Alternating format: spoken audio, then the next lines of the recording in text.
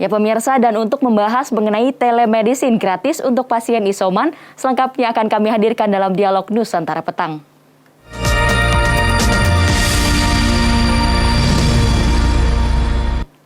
Ya pemirsa, saat ini sudah bergabung dengan kami DRG Widiawati MKM selaku Kepala Biro Komunikasi dan Pelayanan Masyarakat Kementerian Kesehatan Republik Indonesia. Selamat petang Ibu Wiwit.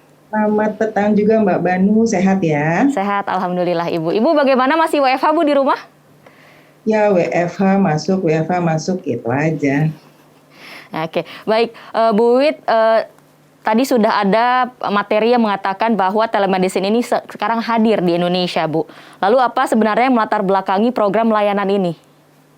Iya Mbak Banu, kita tahu nih belakangan ini memang sedang banyak sekali pasien. Dan rumah sakit memang dikabarkan bahwa penuh. Nah, saat ini rumah sakit memang tengah diprioritaskan khusus itu untuk pasien dengan gejala yang sedang dan berat atau kritis. Nah, kalau pasien dengan gejala yang sedang atau gejala yang ringan saja, maka kita akan dorong untuk dapatkan perawatan isolasi mandiri di kediaman masing-masing, atau kalau misalnya di rumah itu tidak bisa buat isolasi mandiri, maka ada tempat isolasi mandiri terpusat. Berlatar belakang itulah, maka pemerintah dalam hal ini Kementerian Kesehatan memberikan solusi untuk mereka untuk melayani isolasi mandiri, yaitu kita meluncurkan kemarin di uji coba telemedicine itu tanggal 7 Juli bekerja sama dengan beberapa penyedia layanan konsultasi kesehatan jarak jauh. Gitu. Jadi 11 platform yang kita ajak untuk kerjasama. Itu latar belakang ya Mbak Bani. Oke, lalu sejauh ini Bu, dengan uji coba yang dilakukan sejak tanggal 7 Juli kemarin, bagaimana antusiasme dari warga yang melakukan isoman Bu?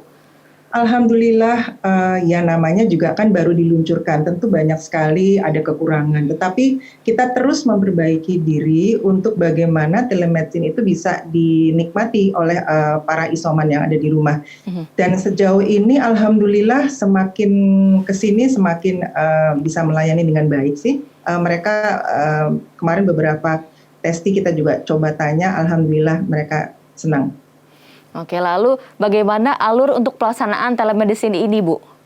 Alurnya ya, buat dapetin layanan telemedicine ya? Iya, betul.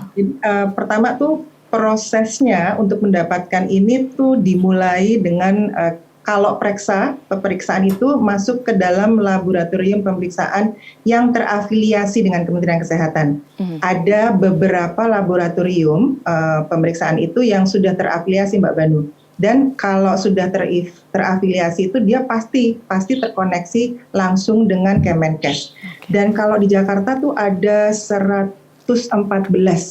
Nah, kalau sudah mendapatkan hasil pemeriksaan, misalnya PCR-nya positif kan, berarti kan PCR-nya positif, maka data pasien itu akan dikumpulkan ke sistem database kita yang namanya NAR. NAR itu National All Record. Nah, dari data itu Kemenkes akan mengirimkan pesan WhatsApp. Otomatis, pesan WhatsApp-nya otomatis itu ke nomor Kemenkes pakai centang hijau gitu. Nah, dalam pesan tersebut ada link yang bisa diakses sama si pasien isolasi mandiri yang bisa langsung menghubungkan ke layanan telemedicine. Mereka boleh milih layanan telemedicine-nya. Selain lewat WhatsApp juga pasien bisa melakukan pengecekan mandirinya itu melalui NIK. NIK itu nomor induk kependudukan. Bisa juga lewat situs isoman.kemkes.go.id. Nah, layanan telemedicine ini bisa dimanfaatkan, bisa konsultasi untuk dokternya secara gratis dan kemudian sesuai dengan diceritain pasiennya gejalanya gimana, terus apa dokternya akan beli resep juga setelahnya. Dan setelah itu obatnya dikirimkan ke alamat pasien gratis. Gitu. Baik, adakah syarat-syarat yang harus dipenuhi Bu oleh pasien isoman jika ingin menggunakan layanan telemedicine ini, selain tadi harus dinyatakan positif COVID-19 terlebih dahulu oleh laboratorium yang sudah terafiliasi dengan Kemenkes? Ya itu tadi syaratnya udah saya ceritakan bahwa dia harus terafiliasi, kalau enggak kita nggak terima hasil labnya. Kalau sudah terima hasil labnya ya sudah. Kita akan dia boleh pilih telemedicine-nya yang kita 11 itu boleh pilih, berlanjut sampai nanti dapat obatnya. Intinya adalah dia mempergunakan laboratorium yang terafiliasi tadi itu. Kalau di Jakarta tadi saya sudah sebutkan ada 114, nah kalau di seluruh Indonesia 743 gitu. Oke, berarti nanti akan diberitahukan kepada calon pengguna telemedicine ini ya Bu, maksudnya di mana laboratorium yang sudah terafiliasi dengan Kemenkes? Kita sudah sebarkan kok Mbak beberapa informasi sosialisasi laboratorium yang terafiliasi dan memang sosialisasi kita itu alhamdulillah sudah ditangkap oleh beberapa masyarakat. Jadi kan kita supaya cepat pesan itu lebih cepat lewat WhatsApp kan. Jadi kalau WhatsApp tuh, nah ini loh laboratoriumnya, ini yang telemedicine-nya yang 11 platformnya itu yang bisa dihubungi gitu. Sudah kita mensosialisasikan melalui seluruh kanal yang ada di Kementerian Kesehatan. Oke. Berarti untuk uji cobanya sendiri ini dilakukan hingga kapan, Bu? Atau memang uji coba langsung terus dijalankan? Atau seperti apa, Bu? Dijalankan, sudah banyak sudah masyarakat yang melaksanakan atau mempergunakan telemedicine ini dan insya Allah mudah-mudahan di minggu depan sudah bergerak lagi ke Jabodetabek. Dan harapannya sesuai dengan arahan Menteri Kesehatan, harapannya bisa nanti sampai ke ibu kota provinsi, gitu.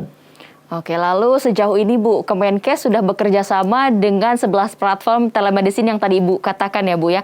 Apakah nantinya kemungkinan akan bisa bertambah?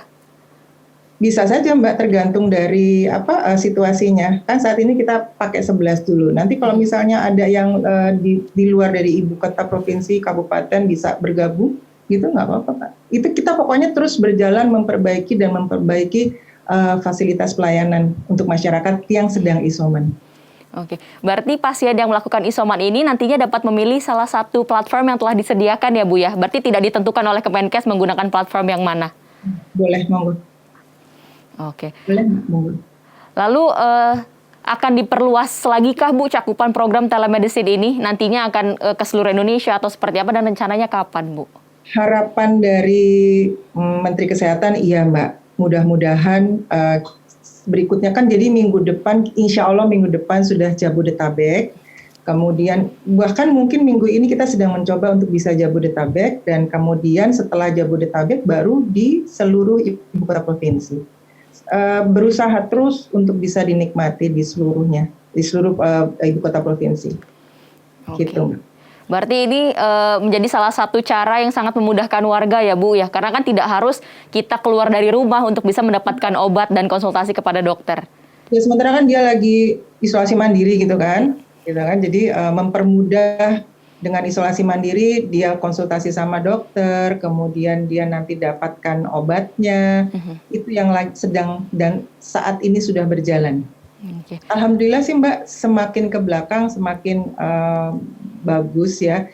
Namanya juga kan baru, jadi kita selalu setiap hari atau setiap detik kita survei terus apa kekurangannya di mana, kita benerin, kekurangannya lagi di mana, kita benerin sehingga semuanya nyaman dan telemedicine itu bisa dinikmatin untuk seluruhnya di kabupaten dan provinsi ibu kota. Gitu Mbak. Oke, baik Ibu Wiwit, kita akan jeda sebentar ya Bu ya.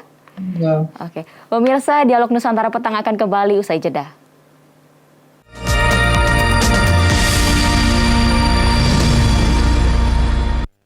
Ya pemirsa, terima kasih Anda masih bersama kami dalam Dialog Nusantara Petang. Masih bergabung dengan kami DRG Widiawati MKM selaku Kepala Biro Komunikasi dan dari Kemenkes RI. Ya Bu Wiwit, kita lanjutkan lagi diskusi kita Ibu. Monggo Mbak Banu. Oke. Lalu bagaimana dengan obat-obatan yang diberikan Bu? Apakah obat-obatan untuk pasien isoman ini diberikan secara gratis semua ataukah memang ada yang berbayar juga Bu? Gratis Mbak. Gratis. Berarti berapa banyak jenis obat Bu yang biasanya akan diberikan kepada pasien COVID-19? Apakah akan karena gejala ringan diberikan hanya itu saja atau tergantung memang dengan gejala-gejala yang ada pada pasien COVID-nya Bu? Jadi sebetulnya ada gratis, emang gratis ya Mbak ya. Jadi ada paket A, ada paket B gitu ya. Jadi ada dua obat yang memang itu sudah ditanggung oleh Kementerian Kesehatan, gitu ya Mbak ya. Sudah ditanggung oleh Kementerian Kesehatan. Paket A misalnya orang tanpa gejala, itu dia multivitamin. Ada vitamin C, ada vitamin D, dan beberapa vitamin lain, ada E dan zinc itu 10 butir. Dikonsumsinya 1 kali 1 hari. Kemudian paket B-nya bergejala ringan. Ada multivitamin, ada juga antibiotik dan ada juga antivirus. Nah, itu diberikan secara secara gratis gitu. Lalu jika Ibu tadi mengatakan diberikan 10 butir untuk diminum setiap hari ya Bu, 1 kali sehari. Nah, bagaimana jika nanti sudah 10 hari pasien tersebut masih positif COVID-19? Apakah akan diberikan lagi obat gratis oleh telemedicine Bu? Kan gini Mbak, kalau isoman itu kan syaratnya dia 10 hari, ya kan, 10 hari. Nah, setelah 10 hari udah nih obatnya. Nah, tapi dia belum bisa keluar dulu. Kita lihat lagi tambah 3 hari. Kalau 3 harinya itu tanpa gejala, berarti dia sudah selesai isoman. Gitu Mbak. Jadi 3 hari yang setelah 10 hari itu yang lihat. Kan kalau misalnya udah 10 hari, obat 10 hari selesai, makin lama kan makin bagus tuh, hari ke-10 makin bagus. Nah, untuk memastikan lagi tambah 3 hari nih. Nah, yang 3 hari ini dilihat, dia lancar nggak? Udah nggak ada gejala, udah nggak ada apa, itu berarti dia sudah selesai isoman dan bisa beraktivitas kembali. Gitu. Nah, kalau misalnya dia itu masih positif, gitu kan, boleh telepon, tanya lagi sama dokternya, konsultasi, nggak apa-apa. Tapi banyak juga Bu, warga-warga yang sebetulnya sudah 14 hari tapi masih tetap terkonfirmasi positif dan mereka dikatakan tidak usah menjalankan isolasi mandiri, itu bagaimana Bu? Sebetulnya kan gini, virusnya itu di 14 hari memang sudah banyak berkurang ya Mbak. Jadi dia misalnya positif pun tapi dikategorikan tidak menular. Tetapi misalnya pun dia beraktivitas gitu ya, tetap mau dia sudah negatif, dia tetap harus pakai masker gitu. Jadi kalau misalnya biasanya 14 hari kalau isolasi mandiri dan dia tanpa gejala, dia nggak apa-apa. Dia di 14 itu sudah virusnya sudah tidak menular istilahnya, walaupun tetap positif. Makanya bisa juga nanti ditambah 3 hari lagi ke depan. Nah, itu udah pasti, alhamdulillah insya Allah nggak apa-apa. Oke, baik Bu. Berarti jika pasien tersebut masih dikonfirmasi positif setelah 10 hari, masih bisa ya Bu untuk meminta obat dari telemedicine ini? Jangan dikatakan meminta obat, konsultasi. Konsultasi obat. Ya nanti kan dokternya yang apakah perlu ditambah atau apa gitu. Kan nggak boleh pasiennya minta obat dong gitu. Harus tanya sama dokternya dulu, dokternya bilang apa. Oke, kalau misalnya tidak, oke kasih vitamin aja, istirahat gitu. Kan kita nggak tahu, nanti konsultasi lagi Mbak. Gitu. Oke. Lalu apakah ada target khusus Bu dari Kemenkes untuk program ini? Kalau ada, seperti apa targetnya Bu? Target khususnya maksudnya gimana Mbak? Merangkul untuk semua kalangan dan di seluruh daerah atau seperti apa Bu? Iya, ya jadi sebenarnya kan kalau kita kan berharap bahwa penularan COVID-19 ini mudah-mudahan insya Allah cepat turun ya Mbak ya, dan kita dapat mengendalikan pandemi ini jauh lebih baik. Dan tentunya harus dilakukan secara bersama-sama, secara gotong royong, pemerintah, masyarakat, pokoknya semua belah pihak. Nah, sekarang kalau buat yang isoman sendiri, ya tetap disiplin menjalankan protokol kesehatan walaupun sedang isoman. Isomannya itu harus benar-benar ketat gitu ya, disiplin diri sendiri. Apabila dan kalau misalnya dia ada perburukan gejala, ya cepat aja pasienkes. Nah, kita berharap juga layanan telemedicine ini jadi salah satu opsi terbaik untuk bisa tetap memberikan layanan kesehatan kepada masyarakat, tentunya dengan risiko kesehatan yang seminimal mungkin. Dan sekali lagi, 5M tetap ketat, jangan kendor. Gitu Mbak. Oke. Bu, dengan banyaknya dan meningkatnya kasus COVID-19 di Indonesia, khususnya Jakarta Bu, dan banyak ketersediaan tempat tidur di rumah sakit ini kan tidak memungkinkan pasien untuk bisa dirawat, dan akhirnya mereka kadang ada yang memilih untuk isoman. Apakah tetap bisa untuk menggunakan jasa telemedicine ini Bu? Karena kan mereka memiliki gejala yang sedang ataupun bahkan berat gitu Bu. Boleh selama tadi saya katakan kembali bahwa selama pemeriksaan itu ada di lab NAR-nya, maka dia bisa mempergunakan telemedicine. Oke.